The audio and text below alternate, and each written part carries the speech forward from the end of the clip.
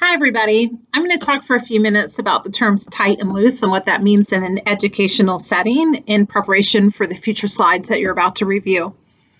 I bet we can all think of a company that we have seen where there's like great consistency no matter what store you go into across the entire country. So one of those for me would be like Walmart. When you go in, there's a Walmart greeter and they're say, "Hi, welcome to Walmart." And no matter where I go in the country, that's really consistent. And that's an example of how a company has chosen to have some type of practice that's really tight. And the reason that companies tend to do that is because it helps to create a practice that reinforces the culture.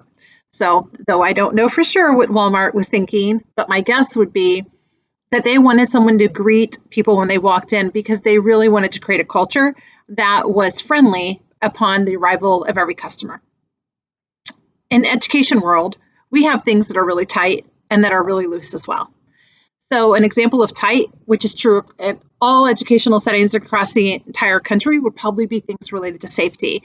For example, all states have rules about how many safety drills that you need to have and what that needs to look like, and that happens across all educational settings.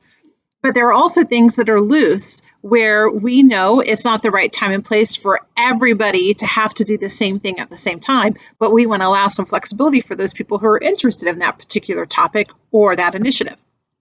So thinking about tight versus loose for us, as an organization, we probably have leaned towards loose more than tight, and that's really worked well for us, and we want to continue to include that as much as possible.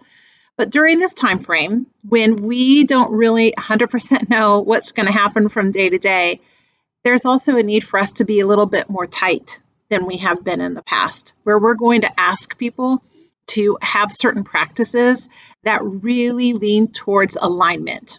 And why are we doing that? Not surprisingly, the answer is the same, and it's all about the students. In the spring, we heard from our students that when there was a level of consistency, it really assisted them. Now, let me just say, our students, they're so brilliant that we probably don't have to have super tight procedures in place for them to understand everything. But anytime that we have things that are really consistent for them, it frees up their cognition to then focus on other things that are much more important, like the content that we're teaching.